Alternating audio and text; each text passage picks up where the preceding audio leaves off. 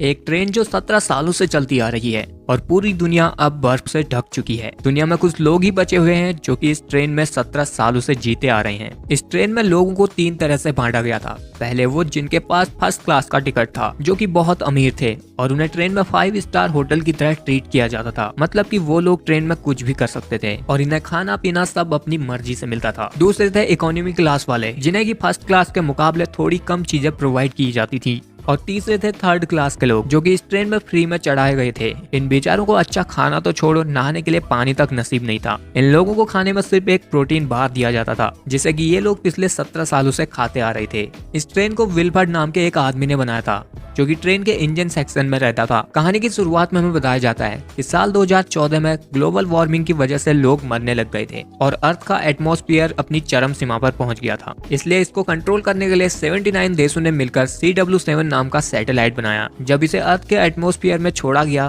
तो ये मिशन उनका फेल हो गया और इसकी वजह से अर्थ का ग्लोबल टेम्परेचर इतना कम हो गया कि पूरी दुनिया बर्फ में फ्रीज हो गई। और फिर जो बचे हुए इंसान या जानवर थे, उन सबको स्नोपियर नाम के ट्रेन में चढ़ा दिया गया था, क्योंकि ये ट्रेन ही थी जिसमें कि इंसान बच सकते थे। इस ट्रेन में सब कुछ था, लाइट, पानी, खाना पीना, यहाँ तक कि ट्रेन में बच्चों को पढ़ाने के लिए स्कूल तक भी। और ये सब फैसिलिटी फर्स्ट क्लास और इकोनॉमी क्लास के लिए ही थी। ये एक ऐसी ट्रेन थी जो कि 24 घंटे चलती रहती थी और इस ट्रेन को अर्थ का एक पूरा चक्कर लगाने में 1 साल का वक्त लग जाता था। अब हमें साल 2031 का टाइम दिखा जाता है, जहाँ ये ट्रेन पिछले 17 सालों से चलती आ रही थी। इधर 2 गार्ड्स थर्ड क्लास के लोगों के डिब्बे में आते हैं और रोज की तरह सभी को काउंटिंग करके उन लोगों को प्रोटीन बार खाने को देते हैं। ये गरीब लोग पिछले 17 सालों से इसी चीज को खाते आ रहे थे। अब इधर इन गार्ड्स को आगे के क्लास के लिए एक वायलिनिस्ट चाहिए था, तो इधर एक बूढ़ा आदमी उनसे कहता है कि वो और उसकी वाइफ वायलिनिस्ट है, पर उन लोगों को सिर्फ एक ही आदमी चाहिए था। इसलिए वो लोग बूढ़े आदमी को चलने के लिए कहते हैं, पर वो बूढ़ा आदमी अपनी वाइफ के बिना उनके साथ चलने के लिए मना कर देता है। तो अब वो दोनों गार्ड्स उस बूढ़े आदमी की वाइफ के हाथ को तोड़ देते हैं और उस बूढ़े आदमी को जबरदस्ती अपने साथ ले जाते हैं। अब यहीं पर हम कर्टिस और एडगर को देखते हैं, जो इन गार्ड्स के जाने के बाद सभी के प्रोटीन बार में अपने मैसेज को ढूंढ रहे थे। तभी इधर तानिया नाम की एक लड़की कर्टिस को बताती है कि वो जो ढूंढ रहा है वो उसके बेटे के प्रोटीन बार में है।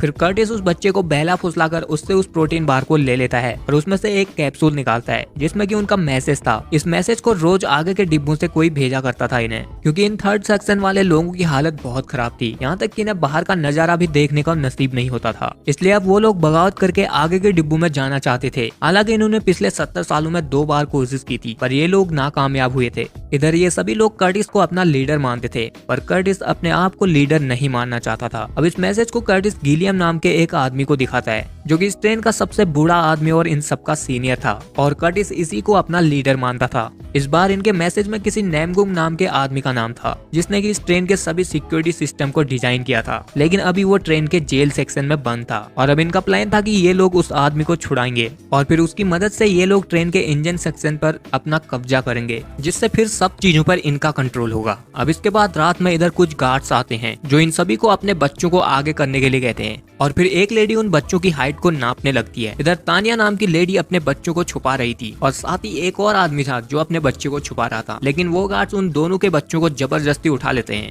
और उनकी हाइट को नाप कर अपने साथ ले जाने लगते हैं। पर जो इधर आदमी था वो अपने बच्चे को उन गार्ड्स को ले जाने नहीं देना चाहता था, इसलिए वो उन्हें रोकने की कोशिश करता है और इसी में वो अपना जूता उस लेडी के सर पर भी मार देता है। अभी तो वो लेडी इधर से इन बच्चों को लेकर चली जाती है, पर थोड़ी देर बाद इधर मिनिस्टर मेसन आती है, जो कि इस ट्रेन की CEO की तरह थी।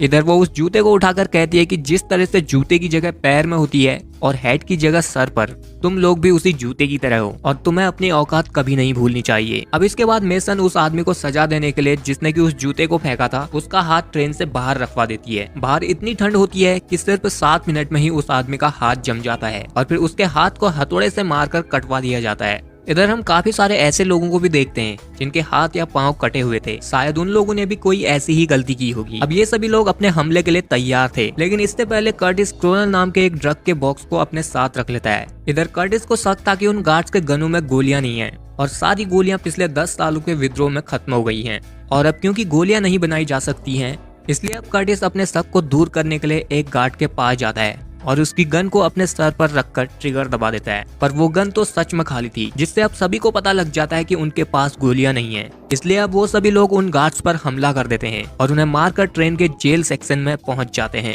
जहां ये लोग नैमगोंग को जेल चैम्बर से निकाल देते हैं। इस ट्रेन में जिन्हें भी सजा होती थी उन्हें सुलाकर एक चैम्बर में डाल दिया जाता था। इधर नैम और उसकी बेटी को भी चैम्बर में डाला गया था। ये दोनों ही क्रिमिनल ड्रग के एडिक्ट थे। इधर नैम कर्टिस से डील करता है कि अगर वो ट्रेन के दरवाजों को खोलने में उसकी मदद करेगा तो उसे हर दरवाजा खोलने पर 2 क्रिमिनल ड्रग देने पड़ेंगे।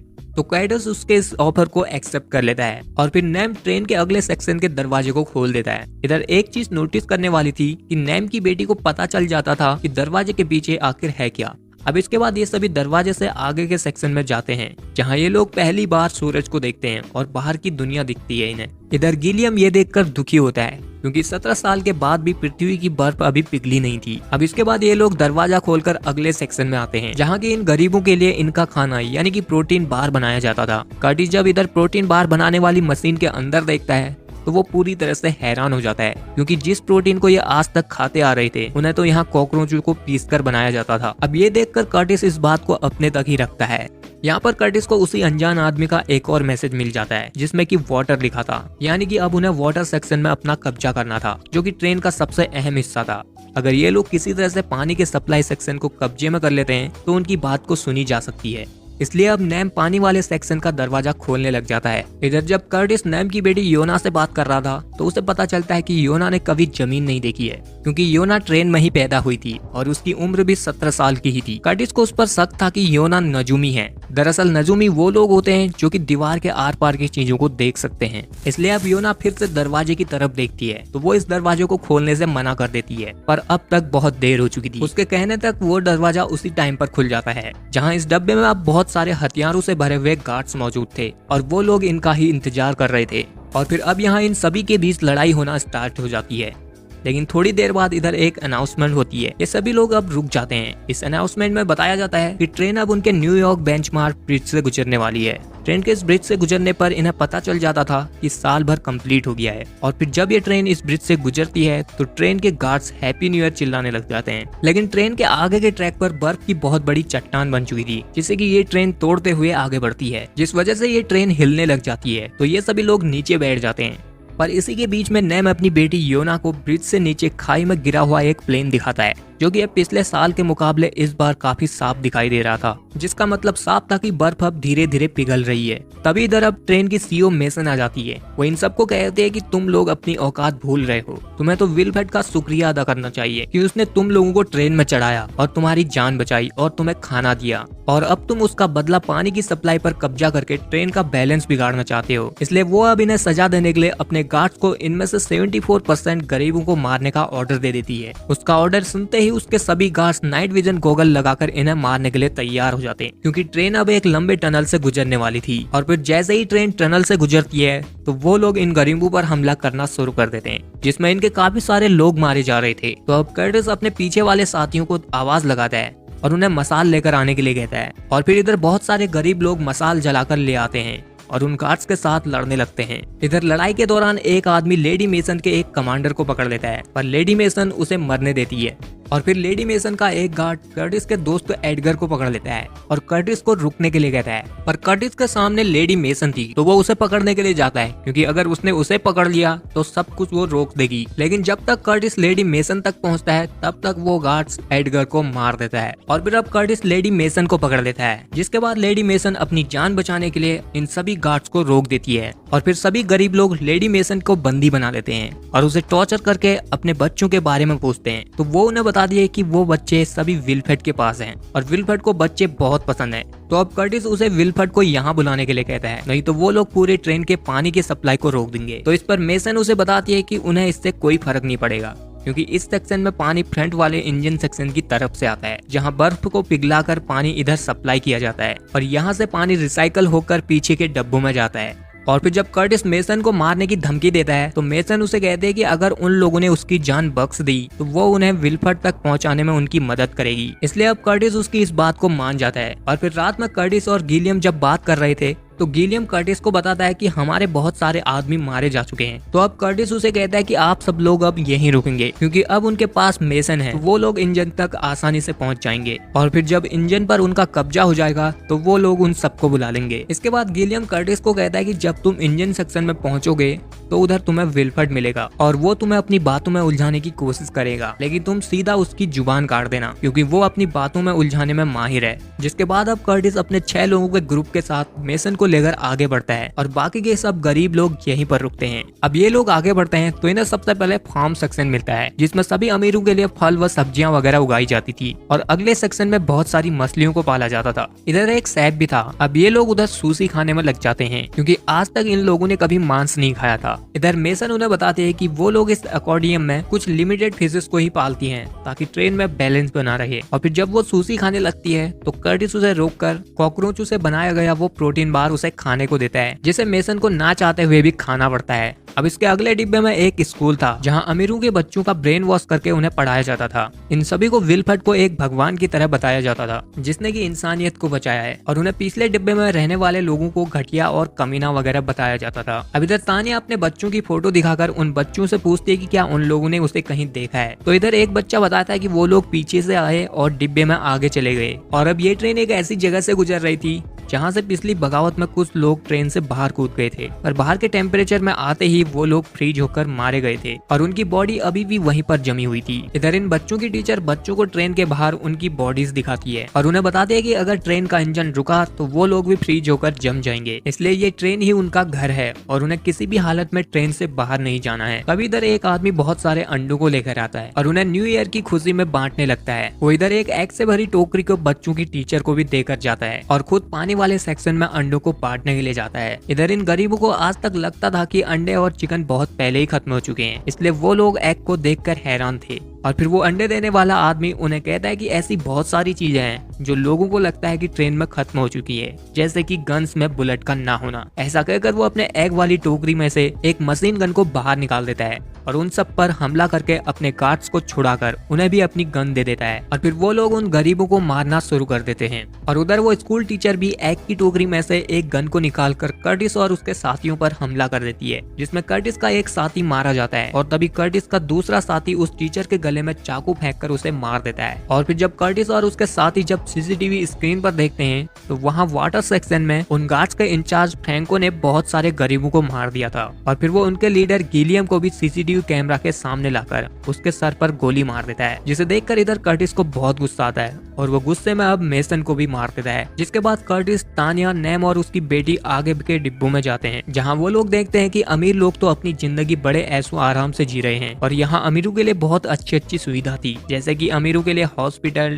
टेलर, ब्यूटी पार्लर और स्विमिंग पूल जैसी 5 स्टार वाली सुविधाएं थी। और फिर इधर जब नेम अगले सेक्शन के दरवाजे को खोल रहा था तो यहाँ पर फ्रैंको अपने गार्ड्स के साथ पहुंच जाता है और इन पर हमला कर देता है। ये सभी उसका मुकाबला करते हैं पर वो इधर कर्टिस का एक साथी और तानिया को गोली मार देता है। और फिर जब वो नेम की बेटी को मारने वाला था तो नेम उससे लड़कर उसे रोकने की कोशिश करता है और तभी कर्टिस फ्रैंको को चाकू मारकर उसे मरने के लिए यहीं पर छोड़ देता है। अब इधर मरने से पहले तानिया कर्टिस को अपने बेटे टिम्मी की फोटो देकर उसे ढूंढने के लिए कहती है। जिसके बाद कर्टिस, नेम और उसकी बेटी योना इंजन सेक्शन की तरफ जाते हैं, जहां जाते वक्त आगे के डिब्बों में अमीर लोग पाउडर के नशे में पार्टी कर रहे थे। ये देखकर इधर नेम और उसकी बेटी योना उनसे बहुत सारे क्रोनल ड्रग को अपने पास इकट्ठा कर लेते हैं। जिसके बाद ये तीनों इंजन सेक्शन के पास पहुंच जाते हैं, जहां पहुंचते ही कर्टिस अपना आपा खो देता है और गुस्से में उस दरवाजे को खोलने और तोड़ने की कोशिश करता है, क्योंकि यहाँ तक पहुँचने में कर्टिस ने अपने बहुत सारे लोगों को खो दिया था।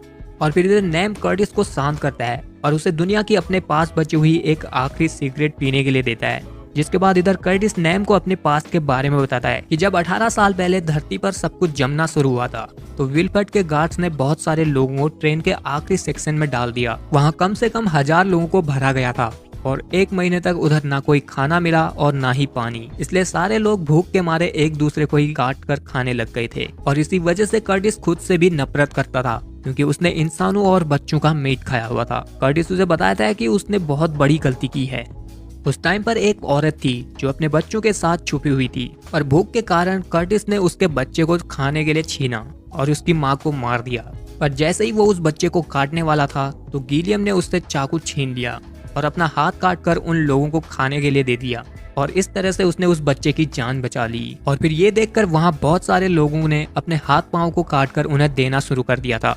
और उस टाइम पर कर्टिस जिस बच्चे को काटने वाला था वो और कोई नहीं बल्कि एडगर था। और इसी वजह से कर्टिस अपने आप से नफरत करता था, क्योंकि भूख की वजह से वो इंसानियत को भूल चुका था। और फिर कुछ महीनों बाद विल्फर्ड के गार्ड्स उनके लिए प्रोटीन बार लाए और तब से वो लोग प्रोटीन बार खाकर ही अपनी जिंदगी जी रहे थे। और अब कर्टिस विल्फर्ड से जानना चाहता था कि उसने उनके साथ ही ऐसा क्यों किया, इसलिए वो नैम को जल्दी से दरवाजा खोलने के लिए कहता है। लेकिन नैम उसकी सारी बातों को सुनकर कहता है कि उसकी कहानी बहुत दुख भरी है और उन्हें ट्रेन के इंजन के डोर को नहीं बल्कि ट्रेन के बाहर के दरवाजे को खोलना चाहिए, क्योंकि अब बाहर की बर्फ पिघल रही है। वो पिछले 10 सालों से न्यू ईयर बेंचमार्क ब्रिज से नीचे देखा करता था, तो उसे पहले खाई में एक प्लेन का सिर्फ टुकड़ा दिखाई देता था और अब वो प्लेन पूरी तरह से दिखाई देने लग गया था, जिसका मतलब साफ था कि बर्फ पिघल रही है और बाहर अब जिया जा सकता है। और इसलिए ही नैम क्रोनल ड्रग को इकट्ठा करता था, क्योंकि उस ड्रग को बहुत ज्यादा मात्रा में एक्सप्लोजन होकर बॉम्ब की तरह ब्लास्ट किया जा सकता था। और इससे वो अब इस ट्रेन के दरवाजे को उड़ाना चाहता था ताकि वो लोग इस ट्रेन से बाहर जा सके। लेकिन कर्टिस को उसकी बातों पर भरोसा नहीं होता। उसे लग रहा था कि क्रोनल का ज्यादा नशा करने से नैम का दिमाग खराब हो गया है।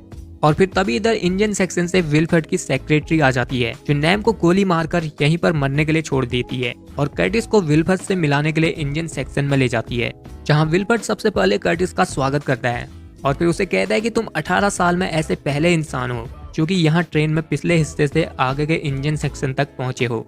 और फिर वो उसे बताता कि मैं ही तुम लोगों के लिए वो सीक्रेट मैसेज भेजा करता था, क्योंकि ट्रेन में हर 5 या 10 सालों में विद्रोह करवाना जरूरी है। और ये सब गिलियम के साथ उसका एग्रीमेंट भी हुआ था ताकि ट्रेन में संतुलन बना रहे और लोगों की आबादी कम हो। कर्टिस को जब पता चलता है कि गिलियम भी इसमें शामिल था तो वो पूरी तरह से हैरान हो जाता है और वो विल्फर्ड की बातों पर यकीन नहीं करता। तो अब विल्फर्ड उसे बताता है कि उन लोगों को बगावत करके सिर्फ एक दरवाजे को खोलकर अगले सेक्शन में आना था ताकि उन्हें और जगह मिल सके, लेकिन गिलियम ने उन्हें रोका नहीं, इसलिए उसे मरना पड़ा।